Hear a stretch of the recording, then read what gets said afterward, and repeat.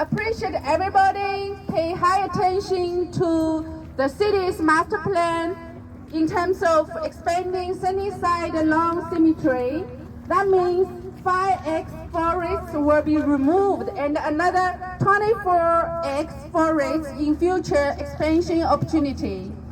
We call on everyone to recognize and protect the heritage of our Semiahmoo Trail, and most important, to preserve the last remaining forest in our trail.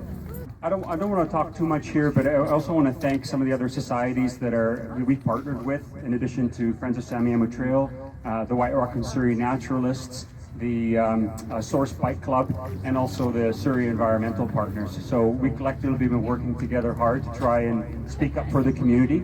The 5 societies that I mentioned will all be there on Thursday to tell the city how the community feels about their expansion project, and I'd like to make sure we accurately reflect the voice of the community. Deciduous trees are pretty well gone, and now they're going to move into the actual the evergreens. And that's why we're all here. So this is what you would see in the next 5 years. That would spread off into the forest, unless we have a say on what happens.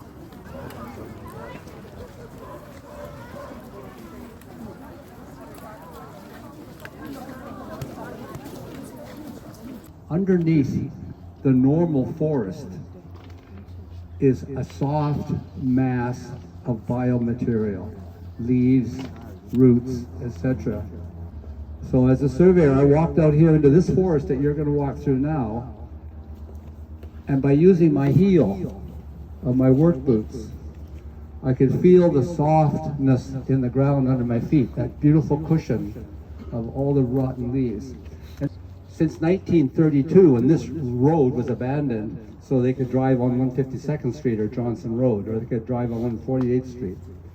When it was abandoned, it was an open space to the sky. So all the seeds from these trees landed on that open space, and they immediately started to grow because they had lots of sunshine, no competition. So I noticed that the fir trees were here, the fir trees were there, but the maples and the alder, the first comers, were growing up in a line. And everywhere I followed that line with my heel, I could feel the hardness of the wagon wheels. So I thought, this is quite a heritage site. So when I went to council, Gary Watkins, he came out here and we went through the bush. Of course, surveyors have machetes. We found the path and we put flags up. And eventually, it was recognized as the original wagon road. And it's a story I'll tell you as we walk through it. This was the first road built in Surrey, and it went from Brownsville, opposite New Westminster. You took a ferry across to Brownsville, and you would catch the stagecoach and would come down this line. The trail builders, the contractors, did not have to cut down the massive trees that were in the way.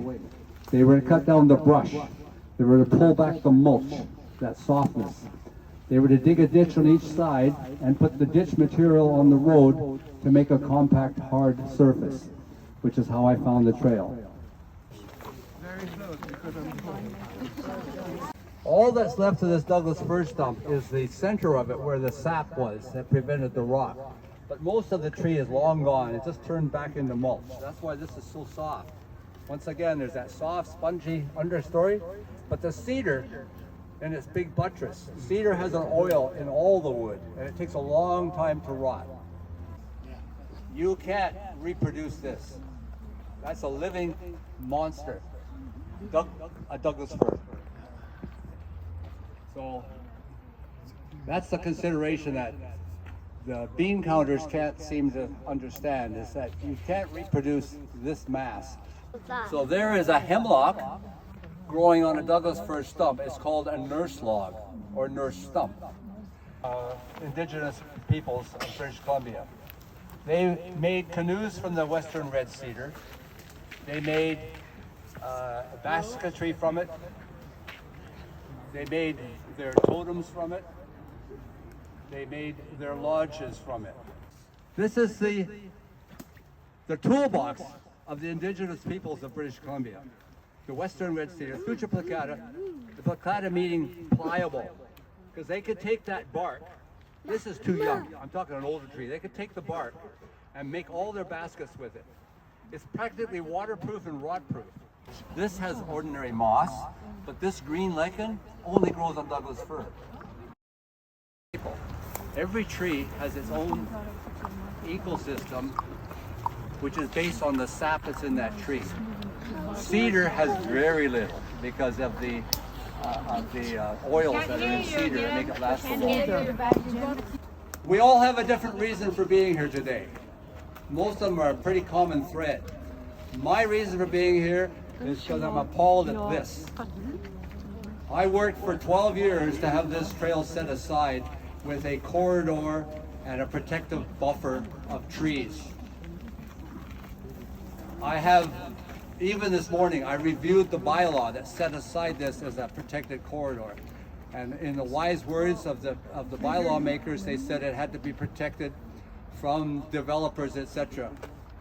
This is not a developer doing this. This is the City of Surrey doing this. So when I came down here because of the notice that I received from Bray and everyone, I realized that that bulldozer that's on the Surrey website was sitting right here when the airplane went over to take the picture for the mapping.